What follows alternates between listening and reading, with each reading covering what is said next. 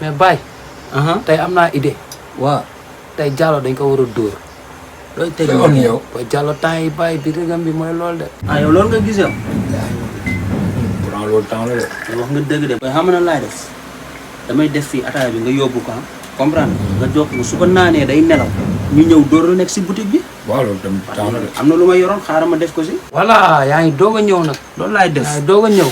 léegi def naa ko si xolal léegi da ngay dem non baal sa waay yóbbu ko quoi léegi da ngay dem jox ko ataaya bi moom su ko naanee rek day nelaw léegi da ngay teg kaas bii si kanam nga xam ne bii lay jël. kaas bii nii wala bii. non yow boy bul jaxase kaas yi da ngay dem teg. non xolal bii la affaire bi nekk da nga koy yóbbul bii nii. ndax ne moom su naanee bii lay nelaw da nga yóbbu ñaari kaas. ñaari kaas yi laa yóbbu. waaw non non bii ngay teg si kanam booy.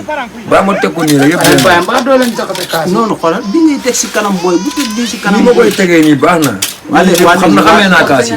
non non léegi xam nga naka lay dem léegi dañuy naan benn bi nga xam ne moom soo eggee benn bi kese lay jël. waaw nañ jël benn bi kon waaw. mais ma. waaw bu la ko jeexal bu ko jeexal.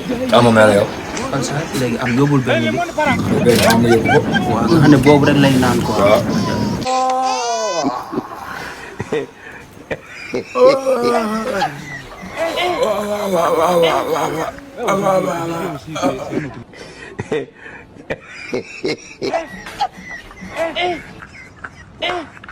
Aujourd'hui aussi, c'est un autre jour. xoolal bi ngay teg si kanam booy bu teg bii si kanam. ni ma koy tegee nii baax na.